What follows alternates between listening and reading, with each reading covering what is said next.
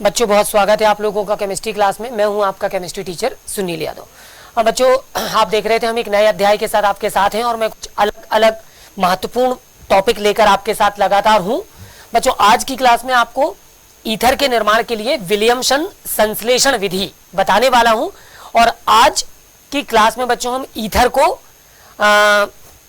Ether के रासायनिक गुणों से भी रूबरू होंगे। तो बच्चों मैं सबसे पहले आज आपको ईथर के निर्माण के लिए विलियमसन संश्लेषण विधि बताने जा रहा हूं। ध्यान दीजिए बच्चों, ईथर के निर्माण की विलियमसन संश्लेषण की विधि में सबसे पहले हमको बच्चों अभिकारक के रूप में जो पदार्थ लेने हैं आपके सामने बताने जा रहा हूं। अभिकारक बच्चों, अभिकारक के रूप में सबसे पहले आप इस्तेमाल करेंगे एल्किल हैलाइड का। ठीक है, एल्किल हैलाइड का। इसके अलावा बच्चों हमको आवश्यकता होगी सोडियम इथोऑक्साइड। सोडियम इथोऑक्साइड बच्चों, इन दो पदार्थों की आपसी क्रिया हम कराएंगे और इनकी आपसी क्रिया से हम उत्पादक के रूप में हम ईथर का निर्माण कर सकेंगे। ठीक है बच्चों, तो ये हमारी संक्षिप्त सी रूपरेखा हमने तैयार की। बच्चों इस पूरे ड्यूरेशन में आप याद रखिए उत्प्रेरक का भी एक महत्वपूर्ण रोल होगा और हम यहां पर जो उत्प्रेरक इस्तेमाल करेंगे ना वो कोई भी एल्कोहल होना चाहिए, एल्कोहल। ठीक है, या कोई भी एल्कोहलिक पदार्थ हम यहां पे इस्तेमाल कर सकते हैं उत्प्रेरक के रूप में। तो बच्चों ये एक बहुत संक्षिप्त सी बात मैंने आपके सामने रखी। अब आपको क्रिया का पद रासायनिक समीकरण के रूप में एक्सप्लेन करूंगा। तो बच्चों ध्यान दीजिए, विलियमसन संश्लेषण विधि। विलियमसन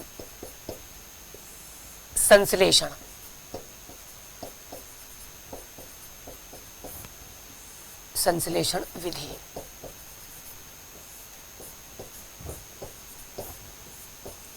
ईथर का निर्माण।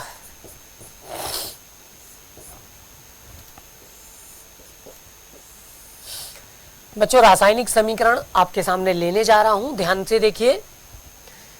सबसे पहले आप ले लीजिए एल्किल हैलाइड। मैंने ले लिया C2H5Cl। बच्चों इसकी क्रिया हम सोडियम इथोऑक्साइड के साथ करा देंगे। मैं ले लेता हूं NaOC2H5। जैसा कि मैंने आपको बताया यहां पर आपको एल्कोहल एज अ उत्प्रेरक इस्तेमाल करना है, उत्प्रेरक के रूप में। ठीक है, आप कोई भी एल्कोहल इस्तेमाल कर लीजिए। सामान्य से 50 डिग्री सेल्सियस ताप आपको रखना होगा अभिक्रिया को प्रारंभ करने के लिए। बच्चों अब क्या होगा इस क्रिया में, सबसे पहले ये हैलोजन वाला जो भाग है ये सोडियम वाले भाग से क्रिया करके, यानी जो Na है वो Cl से क्रिया करेगा और सबसे पहले ये बदल जाएगा बच्चों NaCl में। ठीक है, इस तरह से प्लस। बच्चों जैसे ही सोडियम क्लोराइड निकलेगा शेष पार्ट होगा C2H5 और यहां से ये OC2H5। ये दोनों पार्ट एक दूसरे के साथ अभिकृत होकर संयुक्त हो जाएंगे और हमको पदार्थ प्राप्त होगा C2H5OC2H5। बच्चों ये जो पदार्थ बनेगा इस पदार्थ को हम बोलेंगे डाई एथिल ईथर। बच्चों इस तरह से हम डाई एथिल ईथर का क्या कर सकेंगे, निर्माण कर सकेंगे। बच्चों इस तरह से ये विधि जो मैंने आपके सामने रखा, आप देख सकते हैं कि यहां पर जो ईथर बना ये ईथर एक किस तरह का ईथर है बच्चों, ये एक तरह का सरल ईथर है।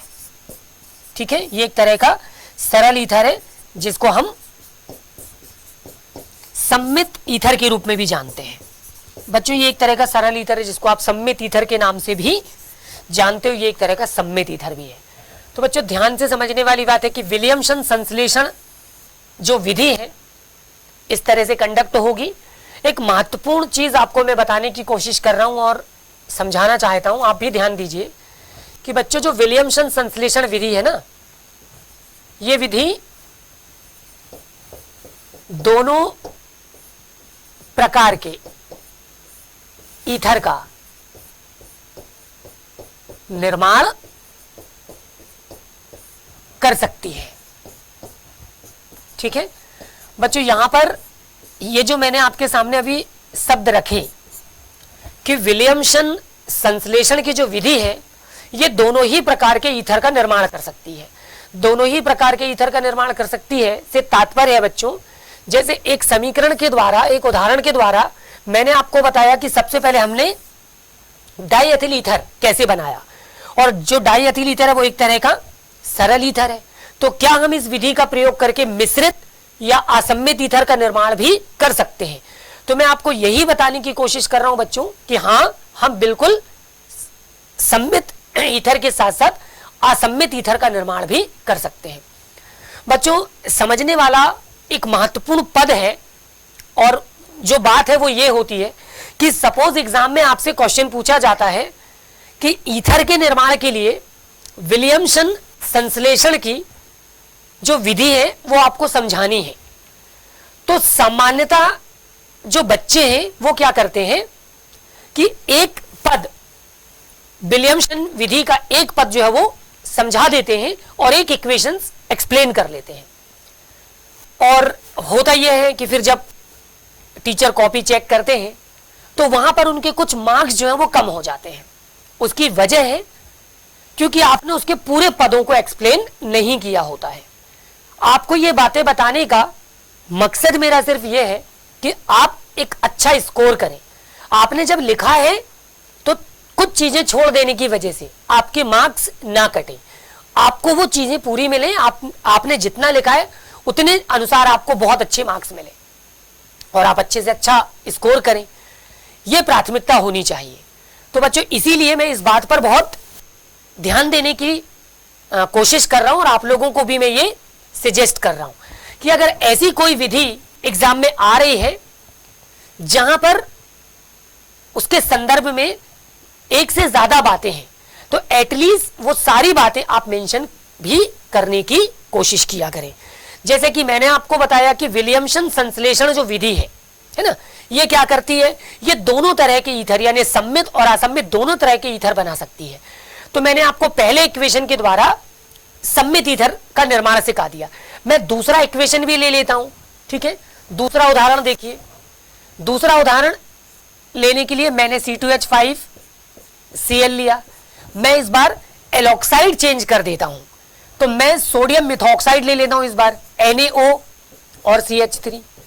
जबकि बच्चों मेरा जो उत्प्रेरक है वो सेम रहने वाला, उत्प्रेरक मैं नहीं बदलूंगा, कोई भी अल्कोहल ले लीजिए अभी भी।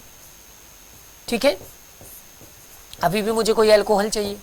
सामान्य से अधिक 50 डिग्री सेल्सियस तापीय अभिक्रिया संपन्न होगी।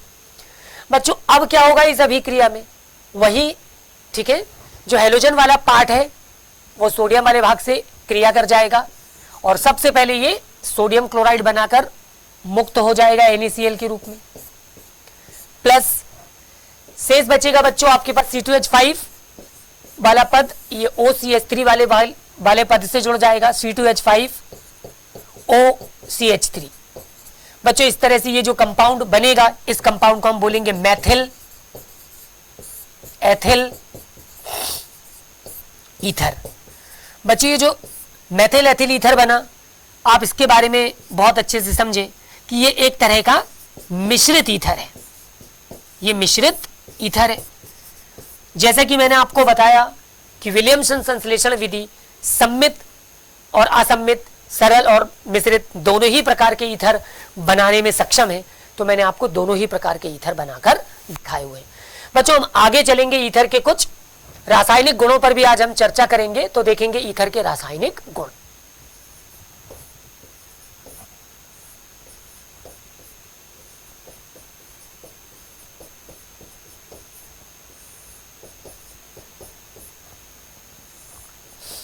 बच्चों ईथर के रासायनिक गुण में सबसे पहला मैं आपको बताने जा रहा हूं, ध्यान से सुनिए, ईथर की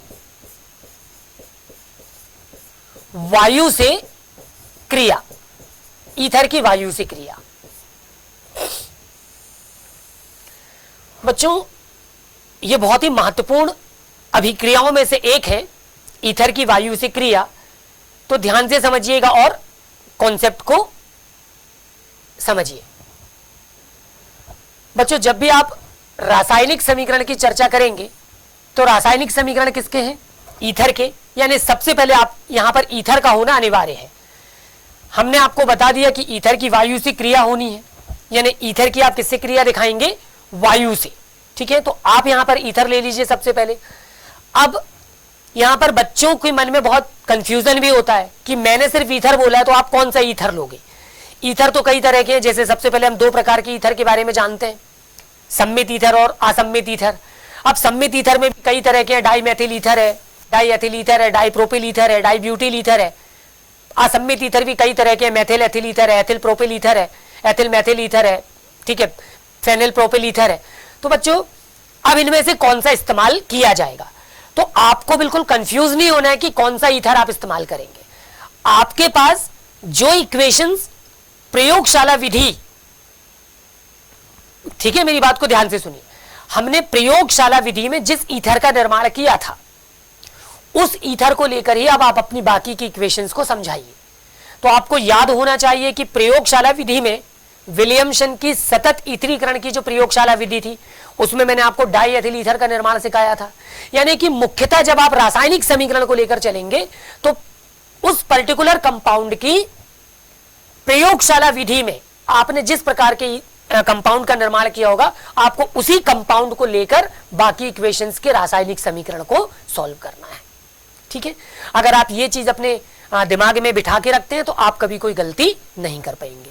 तो बच्चों ईथर की वायु से क्रिया में मैं डाईएथिल ईथर ले लेता हूं सबसे पहले। तो मैंने ले लिया C2H5, ठीक है, ब्रैकेट लगा देता हूं 2 और A को। बच्चों इस कंपाउंड को लिखने का एक दूसरा तरीका भी है और वो मैं आपको लिख के दिखाता हूं। हम इसको ऐसा लिख सकते हैं C2H5 फिर C2H5। और बच्चों ये एक ऑक्सीजन से कनेक्ट है तो मैंने एक ऑक्सीजन लिख दिया। आप इसको इस तरह से लिखिए या इस तरह से लिखिए, दोनों का मतलब एक ही है। बच्चों डाईमेथिल जो डाईएथिल है वो एक ऑक्सीजन से जुड़ा हुआ है और वो जिस ऑक्सीजन से जुड़ा है उस ऑक्सीजन के पास 2 अयुग्मित इलेक्ट्रॉन भी उपलब्ध हैं। उसके पास 2 अयुग्मित इलेक्ट्रॉन है, ठीक है, एकांकीय इलेक्ट्रॉन युग्म है। बच्चों हम जैसे ही इसकी वायु से क्रिया करेंगे, ठीक है, ऑक्सीजन से क्रिया कराएंगे इसकी O2 से, ये क्रिया सूर्य से प्राप्त होने वाले परावैगनी, ठीक है, परावैगनी अल्ट्रावायलेट किरणों के प्रभाव में होगी। ठीक है, जो परावैगनी प्रकाश होगा उस परावैगनी प्रकाश के प्रभाव में यह क्रिया होगी, के साथ ये क्रिया होगी। बच्चों यहां पर डाईएथिल ईथर के मैंने 2 मॉलिक्यूल ले लिए। क्या होगा? ये वाला जो ऑक्सीजन है अपना एक एकांकीय इलेक्ट्रॉन युग्म ऑक्सीजन के परमाणु को, यानी कि जो वायु है उसको ये दान करेगा और उसके साथ ये उपसहसंयोजक बंध बना लेगा। और जब ये उसके साथ उपसहसंयोजक बंध बनाएगा तो उसके बाद ये कंपाउंड कुछ ऐसा दिखेगा, C2H5 ब्रैकेट 2 और यहां पे आ जाएगा O2 और ये पूरे कंपाउंड 2 टाइम्स बनेंगे। तो इस तरह से ये जो कंपाउंड है इसको लिखने का एक तरीका और भी होगा जो कि आपको यहां पर संदर्भित होगा इस इक्वेशन के साथ। तो बच्चों ये क्रिया कुछ इस तरह से दिखेगी, C2H5 फिर C2H5 इसके साथ जुड़ा था O, फिर एक तीर का निशान लगा के एक ऑक्सीजन जोड़ देंगे और इसको मैं 2 से गुणा कर देता हूं। तो बच्चों यहां पर समझने वाली बात है कि यहां पर इस ऑक्सीजन और ऑक्सीजन के बीच में आप देख सकते हैं कि एक एकांकीय इलेक्ट्रॉन युग्म जो है ना वो ईथर ने ऑक्सीजन को क्या कर दिया? दान कर दिया और उसके साथ जुड़कर उसने क्या बना दिया? उपसहसंयोजक बंध बनाकर उसको अपने साथ जोड़ लिया। तो बच्चों इस तरह से जब ईथर वायु से क्रिया करेंगे तो आंसर के रूप में मैं आपको सबसे पहले बता देता हूं कि ईथर जब वायु से क्रिया करेंगे तो ये बदल जाएंगे पर ऑक्साइड में। ये ईथर पर ऑक्साइड का निर्माण करते हैं बच्चों। ठीक है, ये चीज आपको समझ में आई। तो अगली अभिक्रिया के पास चलता हूं जल्दी से। बच्चों दूसरी अभिक्रिया है ईथर की